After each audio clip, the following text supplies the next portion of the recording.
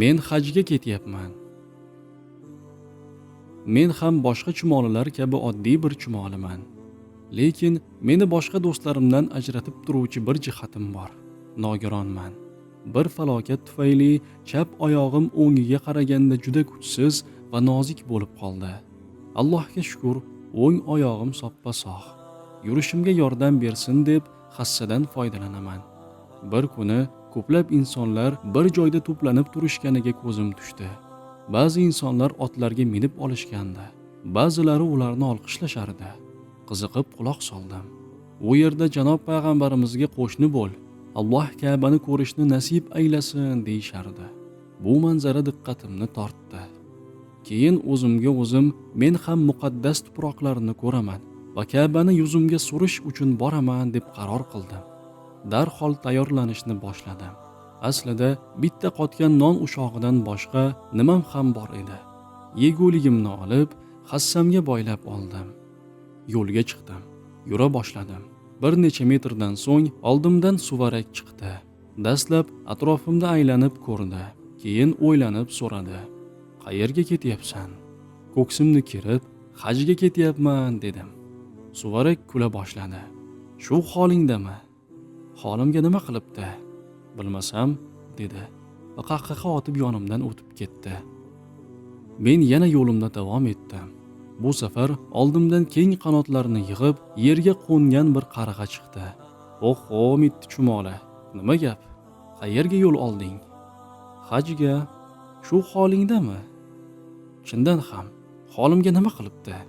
Hassamga suyanib yura olaman qolaversa, boshqa hayvonlar kabi sog' salomatman deb o'yladim.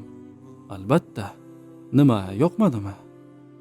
Qarg'a qahqaha otib kuldi va yonimdan o'tib ketdi.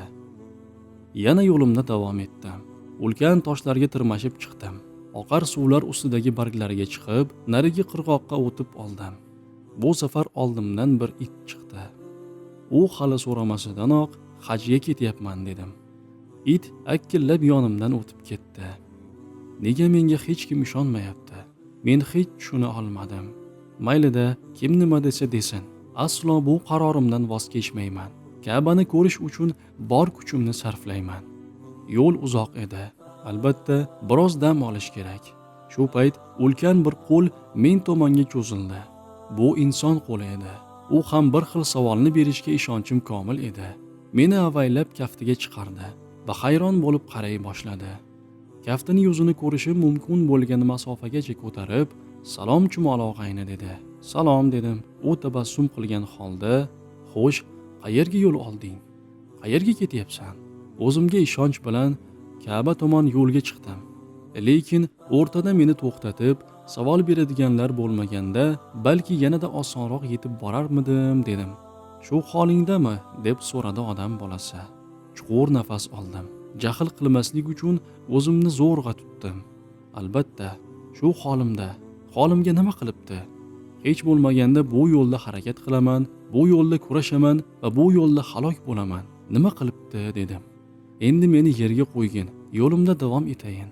Odam bolasi hayratda edi. Hech bo'lmasa, senga qanday yordamim tegishini aytsang, senga yordam berardim deb so'radi. Men shu yergacha sening yordamingsiz kela olganimga ko'ra, bundan keyin ham o'zim eplay olaman. Yana ham taklifing uchun rahmat. Faqatgina yo'limni ochib qo'ysang yetarli dedim.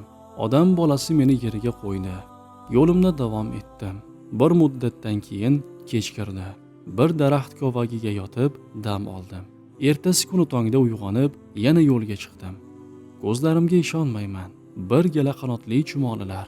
Oralaridan biri menga yaqinlashdi va qayerga ketayotganimni so'radi. Men Ka'baga deyishim bilan, u "Bizning yo'limiz ham shu tarafga. Qani ustimga chiq, birga ketamiz" dedi. Uning ustiga chiqdim.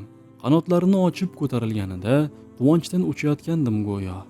Nihoyat bu muqaddas zaminga yetib keldim. Alloh duoyimni qabul etdi. Uchar chumolilar bilan birga kelishimni menga nasib qildi.